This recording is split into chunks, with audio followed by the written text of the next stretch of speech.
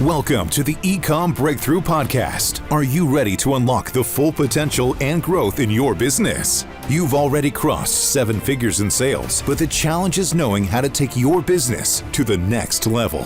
Join Josh Hadley, an 8-figure Ecom business owner and investor, as he interviews highly successful business owners. Get ready, because you're going to learn specific actions you can take today to help your business reach its full potential and leave a lasting impact on the world. Welcome to the Ecom Breakthrough Podcast. I'm your host, Josh Hadley, where I interview the top business leaders in e-commerce. Past guests include Adam Heist, Kevin King, and Michael E. Gerber, the author of The E-Myth. Today, I'm going to be speaking with Max Sinclair, the founder and CEO of Ecom, and we're going to be talking a lot about understanding how generative AI is going to revolutionize e-commerce. This episode is brought to you by Ecom Breakthrough Consulting, where I help 7-figure companies grow to 8 figures and beyond. Listen, Max, I started my business back in 2015 and grew it to an 8-figure brand in 7 years. But I made a lot of mistakes along the way that made the path of getting to 8 figures take a lot longer than it needed to. I certainly made a lot of mistakes as it relates to hiring team members, figuring out what type of team members that I actually need to bring onto my team, understanding the finances of my business and cash flow. And I wish I would have had a mentor along the way to help me overcome a lot of those stumbling blocks and hit the ground running faster. So to our listeners, those of you who have hit similar stumbling blocks and want to know the next steps to take your brand to the next level, then go to ecombreakthrough.com. That's Ecomm with 2 M's to learn more. And as a special bonus to my podcast listeners, this month I'm giving away one $10,000 comprehensive business strategy audit session at no cost. All you need to do is email me at josh@ecombreakthrough.com, and in your subject line say strategy audit, and then plead your case as to why I should choose you and your brand to work with this month. Today, I am super excited to introduce you all to Max Sinclair. He is the founder and CEO of Ecom.ai.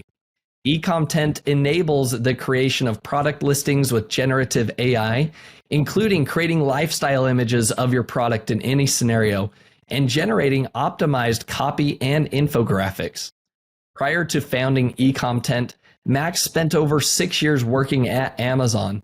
He held a number of leadership roles, including the launch of Amazon B2B in the UK, owning the customer browse and catalog quality for the launch of Amazon in Singapore.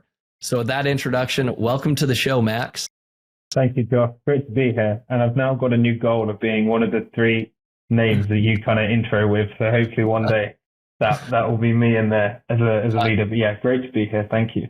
I love it. Well, Max, you've obviously got a great background, and I think specifically you've actually worked inside the trenches at Amazon, which gives you a whole different perspective than those of us who have only just been selling on Amazon. And I'd be curious to hear your thoughts on that.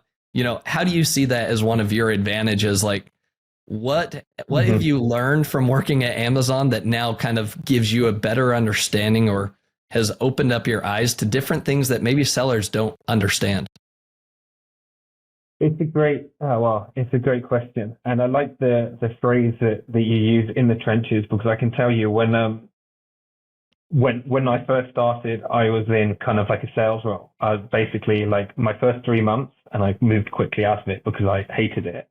Now I'm in a sales role, obviously, because I'm a CEO. So like, I'm glad I've done it. But I was in like cold calling, and I was outreaching people. This is in 2016 to like start a business, like e-commerce business, non-e-commerce businesses to come and sell on Amazon. And this is probably unbelievable to the listeners right now, but I'd call people up and they wouldn't have heard of Amazon. I'd be like, "Hi, Max, we're calling from Amazon." And they're like, "What's Amazon?" And so that was an interesting experience. But yeah, like at that time, we used to say we're in the trenches quite a lot because it's very, very tough doing it like that kind of role. As I'm sure anyone who's done a sales role can know. So that kind of made me smile. What have I learned most about from Amazon? I'd say 2 things. Like, first of all, I'd say culture, and second of all, I'd say like understanding like Amazon's like thinking, like the kind of logic that Amazon applies to stuff, and it you know, it's helpful when as we look to build tools for sellers. So like, first of all, on the culture, like, I think when I was there from 2016 to 2022. So I actually kind of witnessed like quite a shift in culture during that time. When I joined, the company was about 350,000 people. So like small, like not small, but like when I left, it was over 2 million. So like the growth was incredible during that time, right? And the culture was super, super, super strong. Whereas like we had these leadership principles, maybe you've heard of them, ownership, dive deep, deliver results, earns trust, learn to be curious. We had 12 of them. And these weren't just like things that you put on the wall and you never thought about again. Like this was in every single discussion you had with your manager. It was in every single meeting you had with the team. Like every all hands, like Jeff at the time he'd do a global all hands every quarter, and he'd say, this our leadership principle is earns trust, and like this is how I'm thinking about earning trust with customers. Like at my level right now, like these are the things we're doing. Maybe we've launched X, Y, Z, and like that would completely filter down throughout the whole company, and it made Amazon a very easy place to communicate internally because everyone sang from the same hymn sheet. So you could talk to partner teams, like in tech or like as I kind of, and actually, as you mentioned, I went over to Singapore, and I think part of the reason that they kind of, they had that internal enablement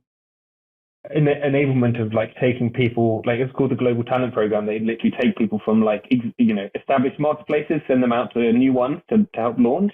And like the main thing our job was like the culture, because you'd be coming in there and they'd have hired a bunch of people who aren't Amazonians, who've never really, they're local, so they understand, which is super important. They understand the customer and the local traditions. They speak the language. Like I don't speak any Chinese, but they didn't understand how Amazon works. And our job was kind of like a big part of it. Obviously, we had like day-to-day role, but was to kind of, be a sponge of that culture so people could see how to work.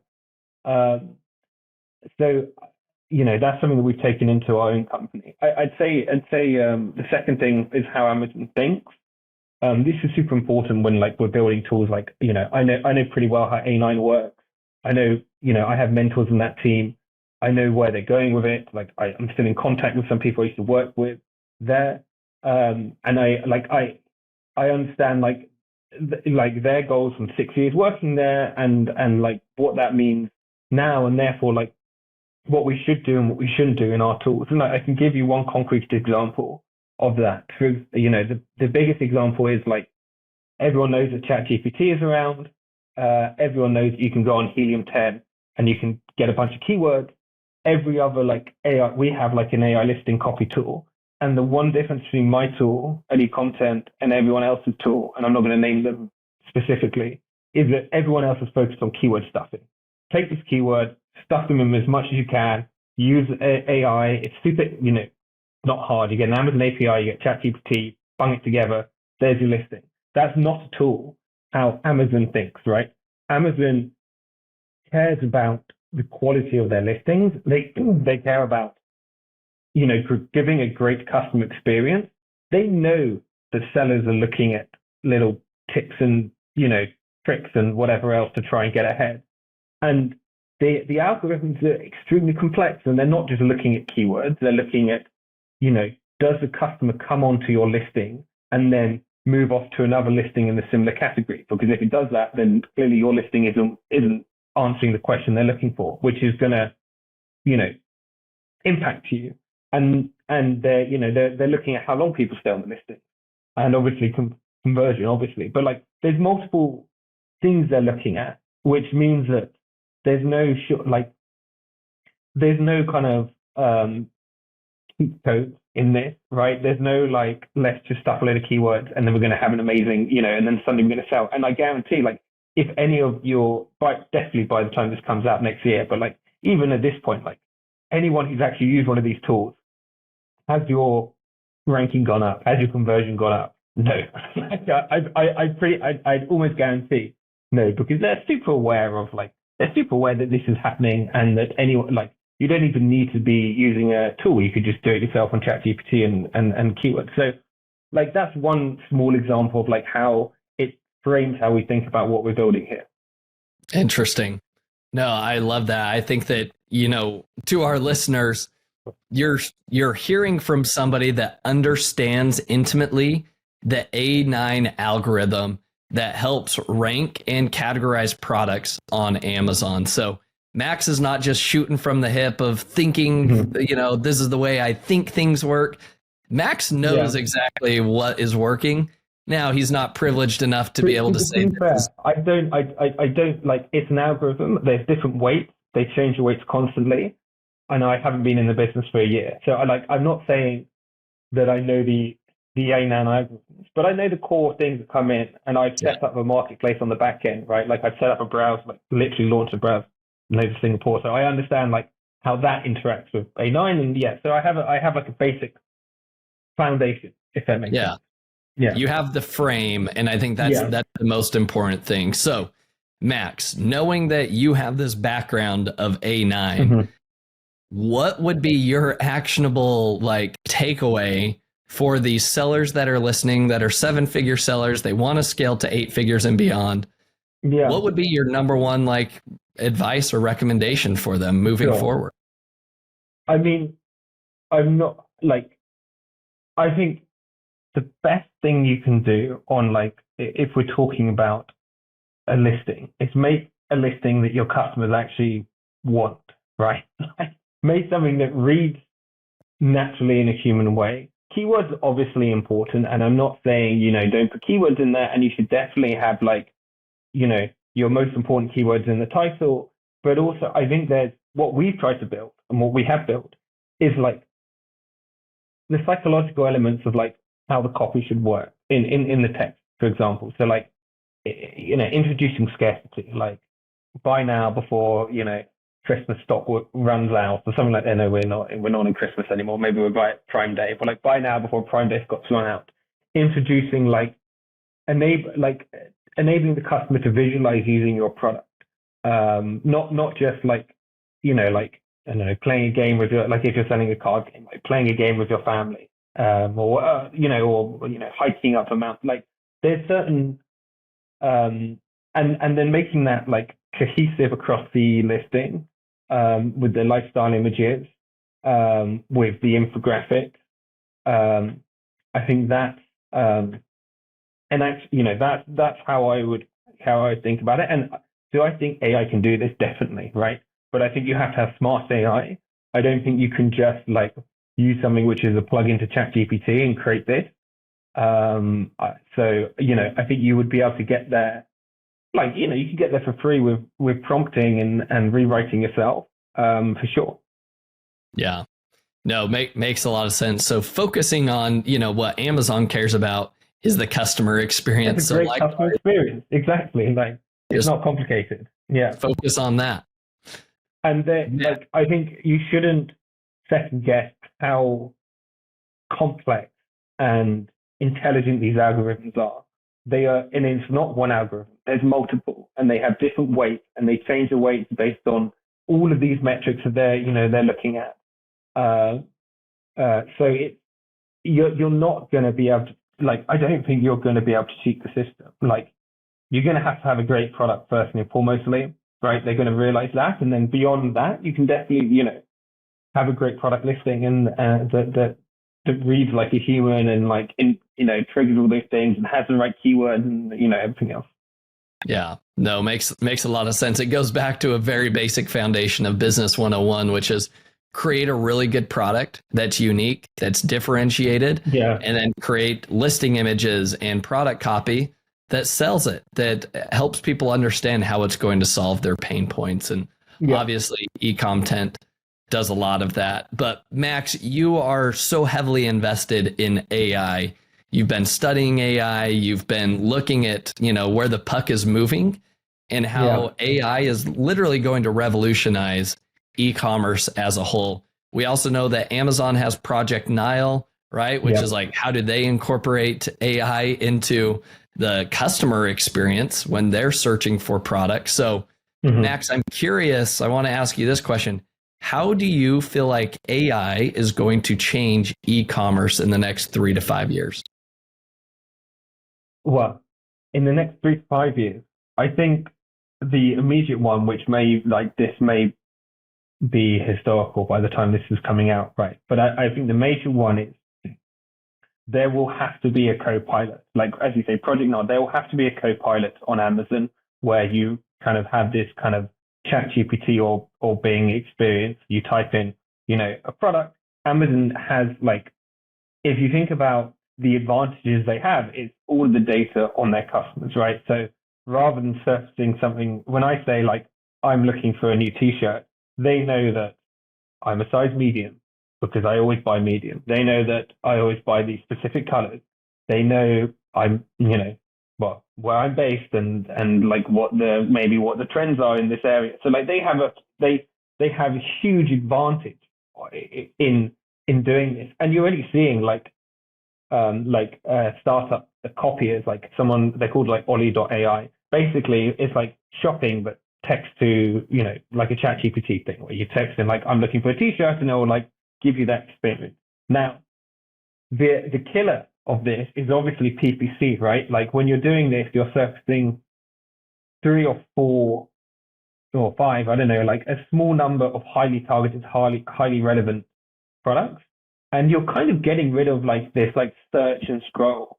But I think it's like similar to how Google, how this is happening at Google. Like I think Amazon, like my impression of Andy Jassy is like he's absolutely the right man to do this. Like he's run AWS for 20 years or however long it's been, right? Like this is his like bread and butter.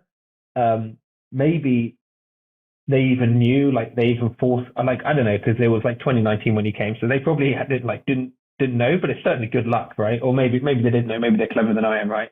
But maybe they kind of, he's the right man to take Amazon through this transition.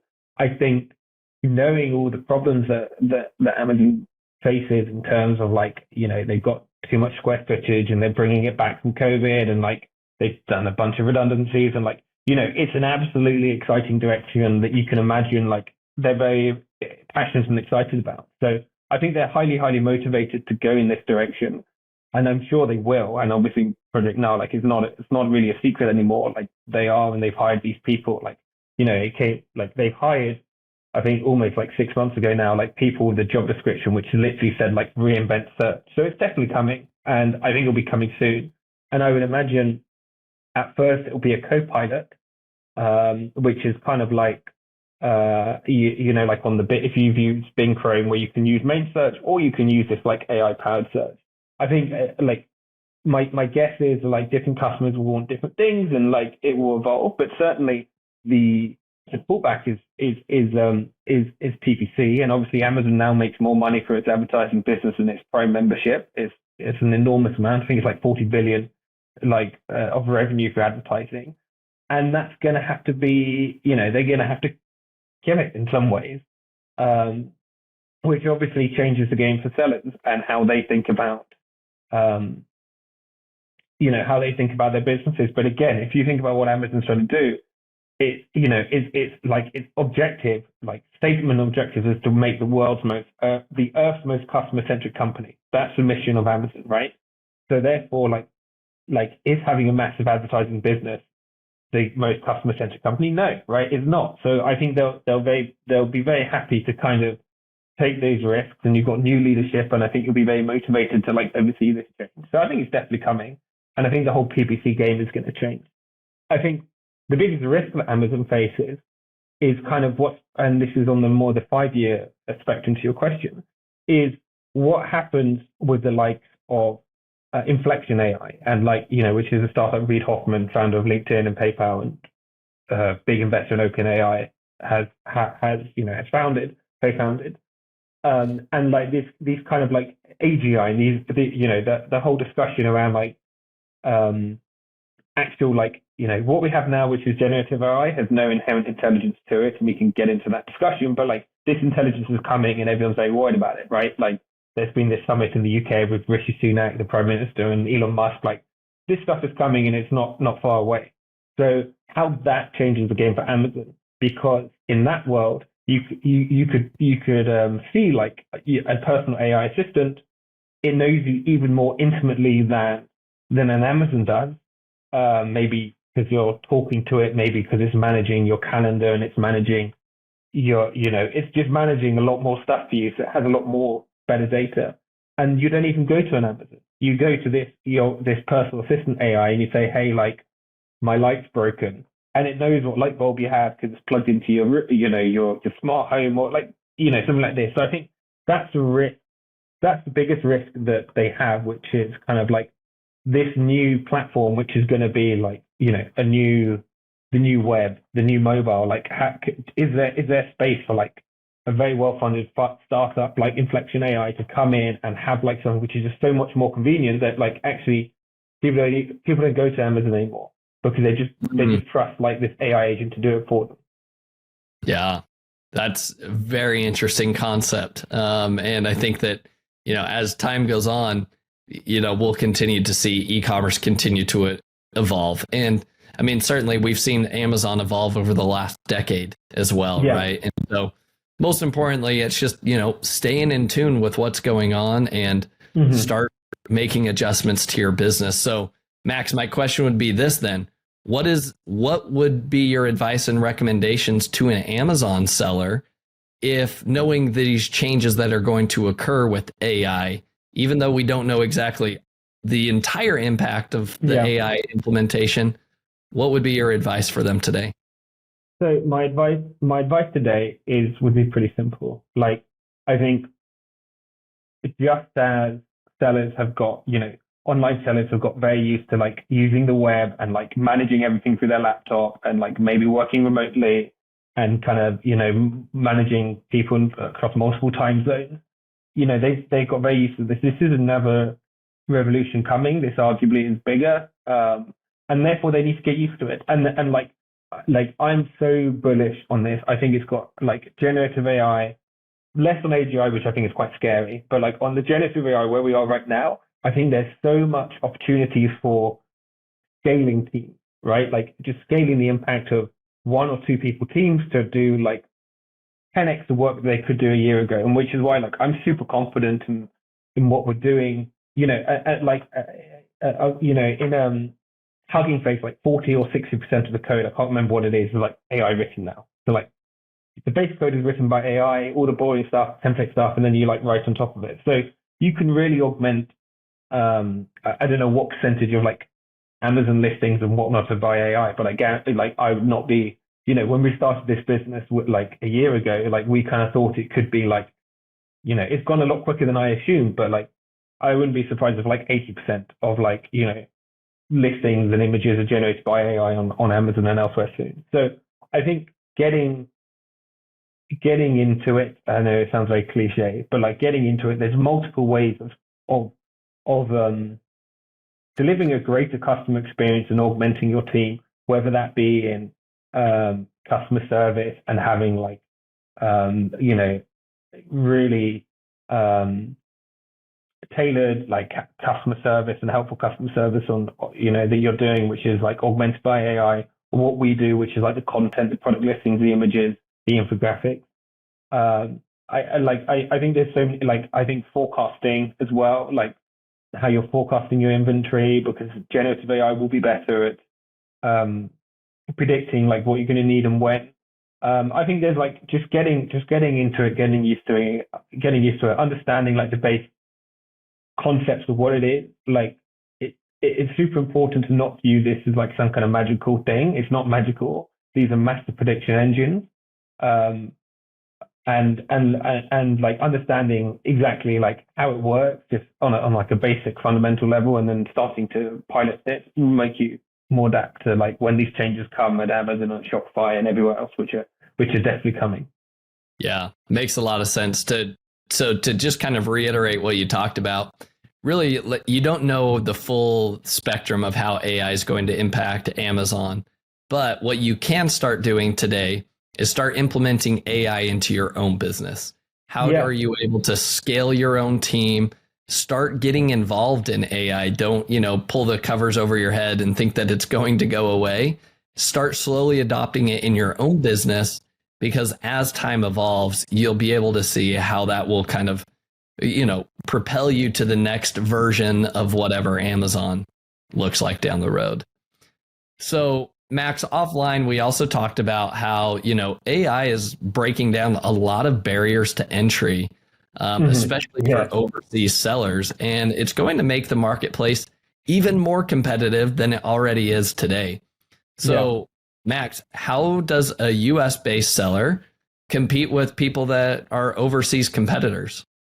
Yeah, I like, this is definitely a massive trend. This is going to happen. And like once upon a time, and I won't quote the numbers, but once upon a time, when I was working in like Amazon UK core, like I was reporting on non-domestic sellers, and like, each week we would have each month we'd have like what's called an MBR, monthly business review, and like this would go to like the head of Amazon UK, and like I was like adding in my little paragraph about like how non-domestic sellers in the UK business was going, and it was like they were really going.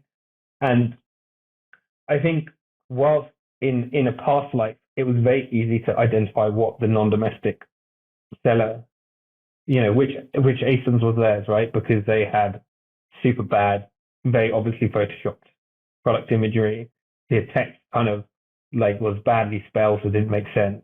And it's very obvious that now this is completely changing. And like the highest, like if you look at a map of like the highest search concentration for like the word ChatGPT, and not concentration, not like mass volumes, is in China, right? Like these guys, I think it's actually illegal in China, but at the same time, I think a lot of people there, I'm not Chinese, but I think there's a lot of VPN usage to kind of get around these things. And I think whatever, like it's definitely, don't quote me on any of this, but it's definitely being mass used, right?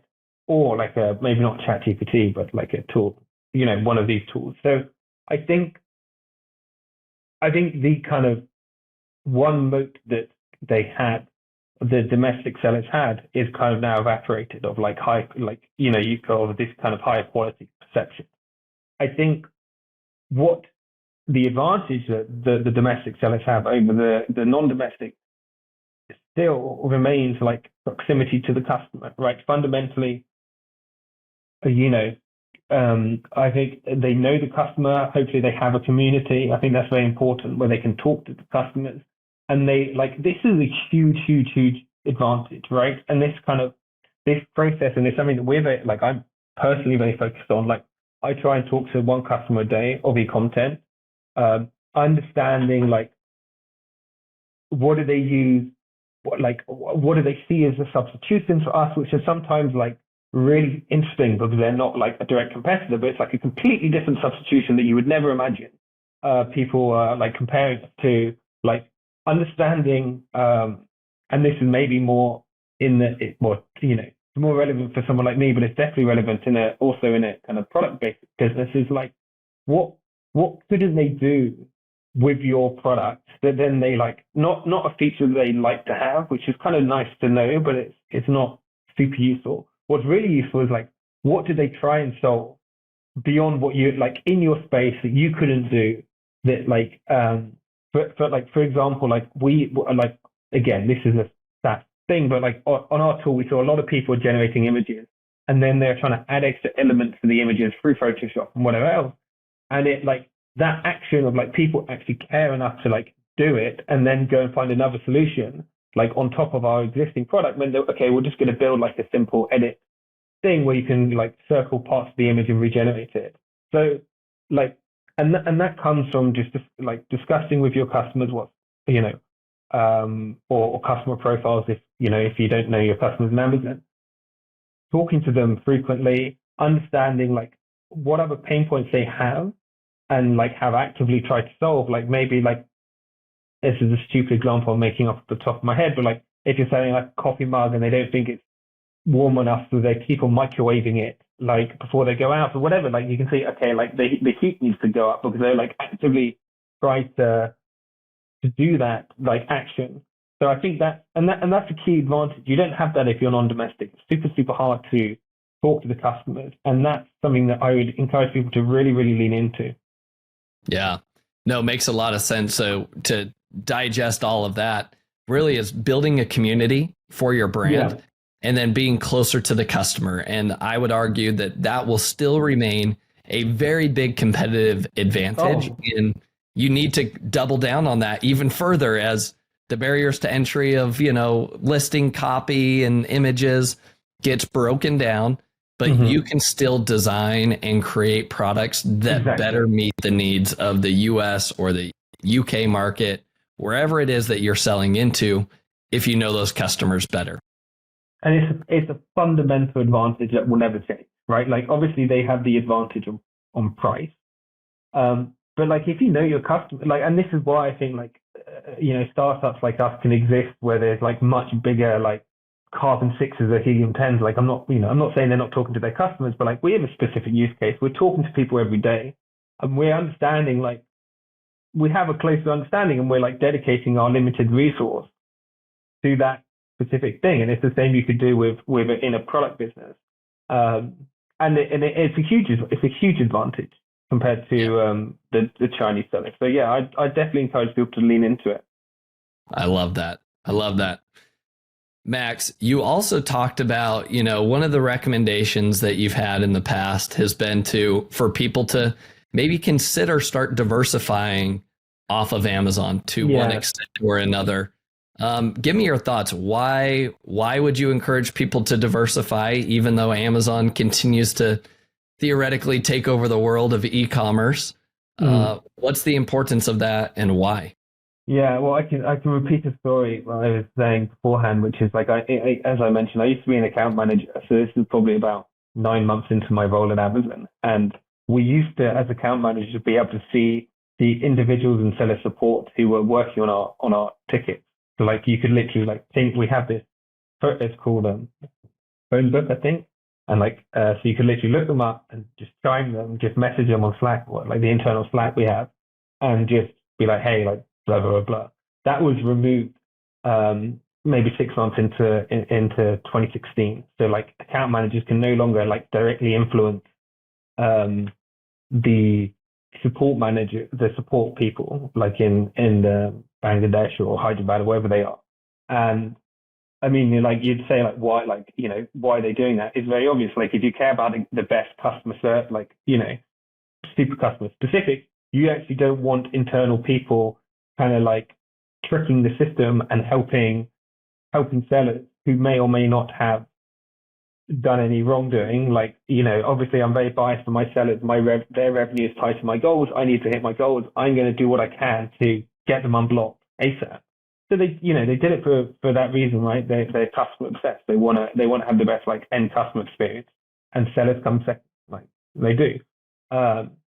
So like, and I saw like horror stories, as I was saying, like, I remember one lady who kind of came down from Leeds, which is about 4 hours away from our offices, came all the way down to the office kind of unannounced to try and meet with me, because she was very stressed about having to fire like her warehouse workers.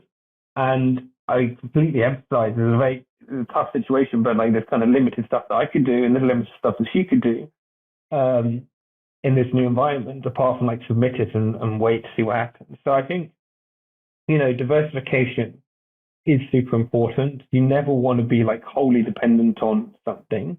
And like, again, I'm not going to plug my Ecomm, but there are AI tools like Ecomm, but there's also a lot of them which make this diversification a whole lot easier now. And, there's many up and coming marketplaces. Everyone has talked about Walmart, to timestamp this, we're in November 23, like everyone's talking about Walmart. Everyone's saying it's like 5 years behind where Amazon is now. And like, you want to get on there. But there's others, right? Like, and niche ones. So like when I talk to our customers, like we have a customer who does like organic flour, and she is selling on Fair, I think it's called, and she's loving it. It's a huge channel for her because that's a good niche. And we have, customers in the furniture area, and there's, obviously they sell on Wayfair and they sell on, I think it's called Bed Bath and Beyond or something related to this. And it's a decent, it's a decent additional revenue for them. So, and if you're making a bet, which I think is a good bet, which is like this whole e-commerce shopping is going to change. and there could be AI agents in the future, which like is not like science fiction. Like people are actively working on this, and some of like the best entrepreneurs, best funded entrepreneurs in the world are working on this. Like it's a fair bet to say, hey, I want my products on as much places as possible, so like they can be picked up by these agents and bought. Like imagine if like there's some massive kind of thing between Amazon and like these new companies, like they used to be with Amazon and Apple, where they're like, we're not going to touch. Like Amazon and Apple had like this huge thing where they wouldn't list on each other for like years, and eventually now they do, but like for ages, like you couldn't buy Apple on Amazon. So like something like this could happen in the future, and then like you're missing out on, you know, everyone using another channel and like a new kind of shopping mode. So I would definitely like diversification is definitely a good strategy. Yeah. Yeah, I love that. So you recommended, you know, getting on Walmart, Fair, getting onto Wayfair. Right? Yeah. Yeah. It depends, right? But do what's best for your brand, right? But those are just a few of the places that you could go. You could go to eBay, your own D2C website, Shopify, right? TikTok shop. The list goes on and on. But the most important thing I think to take away from that is that you should always be testing, right? And just because something has been working well for you, sometimes it's good to double down on that. And arguably, that's where you should go first. But then secondly, you also need to be kind of skating where the puck is going to be going. And you've got to at least put your fishing pole in the water in some of these other places just to see if you could start getting some traction there. Because it allows you to sleep better at night. It allows you to be more bulletproof and less dependent on Amazon, that honestly, they can just make some honest mistakes on your account and you could just be locked up for a couple months for no good reason. And it was just an innocent error, right? And that happens. Yeah, and Ed Rosenberg does a great job of like highlighting this, and it happens all the time. And it's really like, it's very sad. Like people, you know, people are locked out, and there's nothing you can do. Yeah, makes a lot of sense. Max, what else is on your mind in how AI is going to revolutionize e-commerce, and what recommendations or advice would you give to anybody, whether it's AI or not, for scaling from 7 to 8 figures and beyond?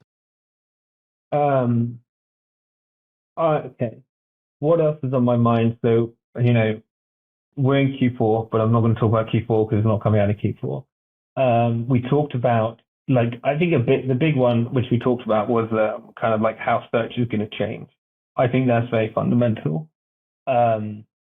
What else? We talked about kind of diversification. I think that's kind of like an extremely important thing to, and let me say on this, like, I talk to, you know, like when I'm selling, right? When I'm selling, which obviously I do, I talk to many of the aggregators. So this week, I'm probably talking to about 5 of the aggregators, senior people in these businesses.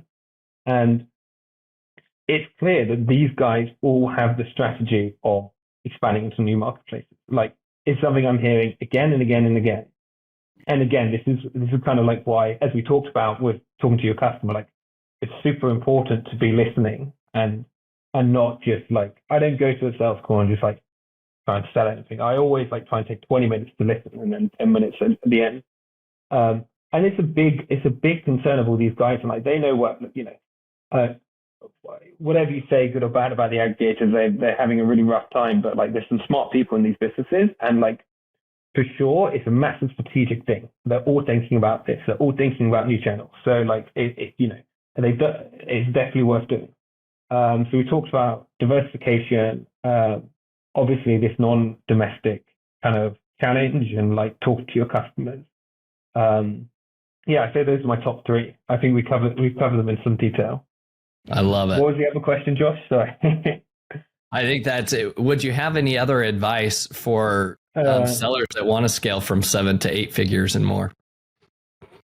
I think, like, fundamentally, and I'm not an expert in this at all, but I think fundamentally you have to have a great product. So it's not something that like I particularly have any insights into, being honest. But like, I think you can't really have it doesn't make sense to have a great product listing, which is what I really help with, without having a great product.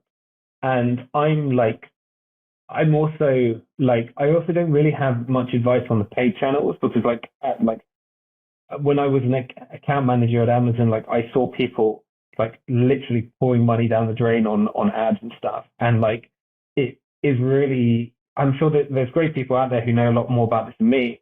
It really put me off. We've not done any paid channels of the content. I've not done any any of this, like Google Ads, anything. So I don't know like much about that. I'm very part of it is because I've seen how it's tough, and also because I believe this stuff is going to be changing, like in the short term of like on Bing now. Like I get customers who come to me and say, "Oh, we found you through ChatGPT."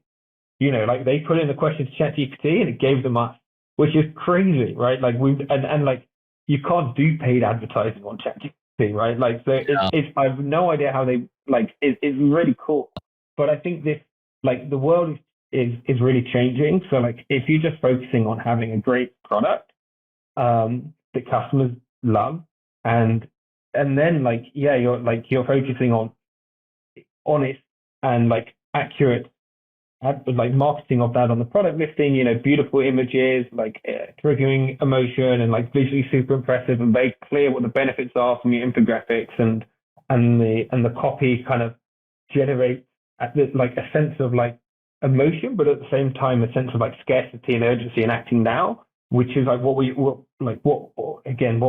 focus on. Then you're going to do well. And that's kind of, I think, just making sure those are you've got to have those basics right, and they can take you very far. Yeah, makes a lot of sense. Max, this has been amazing. And as we start to wrap things up, I love to leave our guests with 3 actionable takeaways from each episode. Yeah. So here are the 3 takeaways that I noted. You let me know if you think I'm missing something. Yeah. So action item number 1 is going to be piggybacking off of what you just talked about, which is having a really good product. And it's not just having a good product in general, but here's the main point. AI is revolutionizing e-commerce. It's making it easier for overseas sellers to be able to tap into markets, and the barriers to entry are getting lower and lower. So what is the one thing that will continue to be a barrier to entry? It's understanding your customer and the customer avatar that your product is created for. And the closer you are to that customer, the more engaged you are with that customer, you can create products that better serve their needs than what any, overseas seller that can only compete on price can dream up. And so I would double down on creating amazing processes to innovate products to better meet the needs of your customers. So can I add an actual tip on? Yeah, let's hear it. Sorry to jump in, but I think this is very actual in the product world. It understanding this, the close substitute that people have, that your customers have already purchased. So if you see it, if you're selling a laptop case and you see someone who bought a laptop case, it's a great discussion. It's a fantastic discussion to have. When did you buy this? You start with when did you buy it? So you kind of you get them in the frame of mind of thinking about that process. What day of the week was it? How many months ago? How was it on Amazon? Was it on eBay? What led you to buy it? How long have you been thinking about beforehand? You just have that discussion, and is it and that is super helpful. And we do that all the time. I talk to businesses who hire agencies, or they hire people off Fiverr, and obviously different AI tools, but just to understand what were they trying to solve when they made that decision, and how can and just having that discussion around that decision, what was driving them, what were they anxious about, what was pulling them towards it, what was pushing them away from it. And those discussions are just great for for understanding product development. And you could depending on what consumer you could walk through, if you're selling bike stuff, you could go to a bike, get together with people cycling, or if you're doing laptops, go to a coffee shop, and you can just have those discussions. And you'd find that's the advantage that you have. the non-domestic sellers can't just do that, right? They can't just walk up and have those discussions. So it's that's a huge thing that I think has been super helpful for us, and I would encourage other businesses to do. Awesome. Love that. Great advice and recommendations. Action item number 2 coincides with what you just talked about of understanding the customer, but this is building a community for your customers, right? Everybody's talked about, get product inserts, build your email list, but what are you actually doing with that email list? How are you interacting and engaging with that community?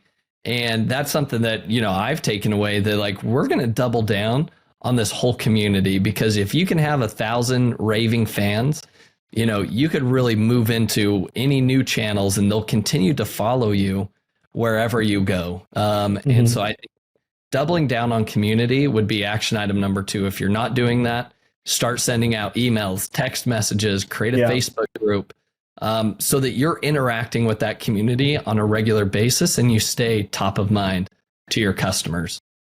Yeah, that's one of my biggest mistakes I think I've made doing this is I have a WhatsApp group for my customers, and it's been great, super useful.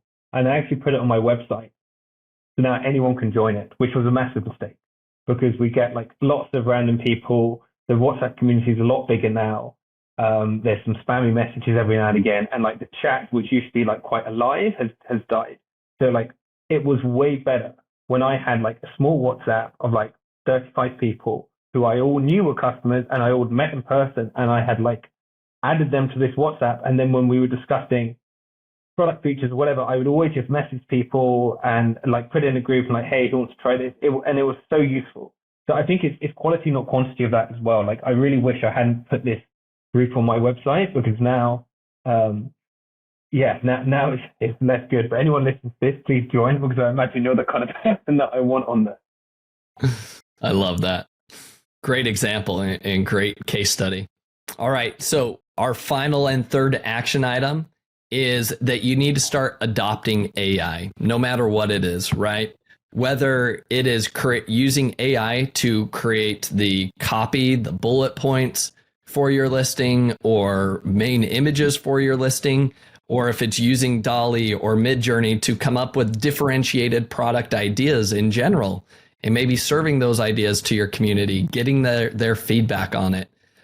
We don't know exactly what's going to change with AI. We talked about a lot of predictions that we have with AI, but long story short, it's going to evolve. And so it's super important for you to just not pull the covers over your head and ignore it, but to slowly start adopting it, utilizing it with your team members, understanding how you might be able to scale the business with fewer staff because of your implementation of AI. And so not turning a blind eye to it, continuing to follow the trends, following TikTok channels or YouTube channels that talk about new AI tools, and just moving into it and utilizing it in your business will then allow you to see, how you can make adjustments to better meet the needs of the customer and continue to pivot no matter what the marketplaces do with AI. So Max, as we wrap things up, I love to ask each guest the following 3 questions. So number 1 is, what's been the most influential book that you've read and why? It's a very easy answer. It's How to Win Friends and Influence People by Dale Carnegie. I remember reading this. It's got a strange title, and I do have friends, I promise you. It's not why I read it, but I remember reading this about 2 years into my Amazon career, and it completely changed how I interacted with people around me, and like my progression from that point was so much quicker, and like there was no change in like how hard I worked or how smart I was. It was literally just like how to deal with people. And so super recommend that book. Awesome. That is a solid recommendation for sure. Yeah. Question number 2. What's a new productivity tool or software tool that you've recently discovered that you think is going to be a game changer? I am going to do a favor to one of my friends. I'm obviously very, very in the startup world at the moment, currently in the Bay on an accelerator. But one of my friends has launched something called Advite. It's a really cool tool for some of the stuff we discussed. It's a social listening tool. And basically, you get a Slack notification whenever people mention your like a topic you're interested about on Reddit. And I think they're expanding to other stuff. But fundamentally, like the MVP is on Reddit, and it's a Slack tool, and it's brilliant. So basically, whenever anyone can mention like AI and e-commerce or something like this, I'm notified immediately, and I can jump into the conversation, and I do. And like wherever I am in my day, like it just pops off my phone, and it's a great way to talk to customers and like, do all the stuff we talked about. That's amazing. What's the name of the tool? Advite?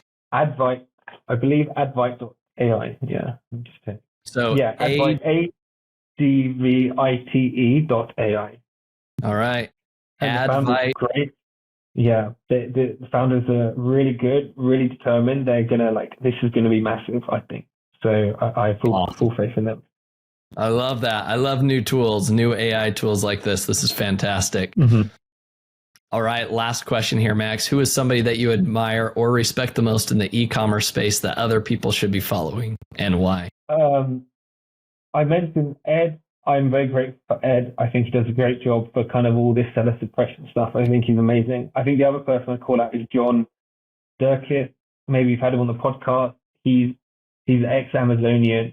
He for a number of years as well, and he's a big seller as well. And he's also been a good mentor to me and bounced a few ideas off over the course of this. I'm grateful for him, and his newsletter is, I think, it's one of the best because it's not one of the, I subscribe to loads of these newsletters now because I just want to understand what customers are thinking, and I see some of this stuff and I'm like, this is complete garbage, and it's kind of just like he's one of these Amazon gurus who's actually been there, done it from both sides. So I think he's a good one.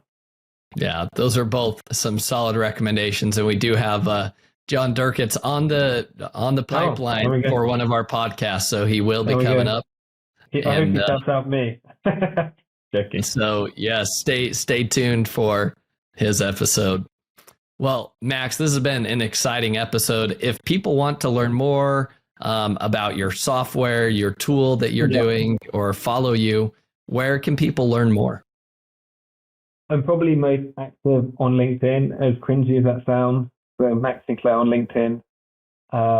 If you want to email me, I'm max@ecomtent.ai. Econtent is e-commerce content kind of merged together. So that's ECOMTENT.ai. Maybe there'll be a link in the notes somewhere. I don't know.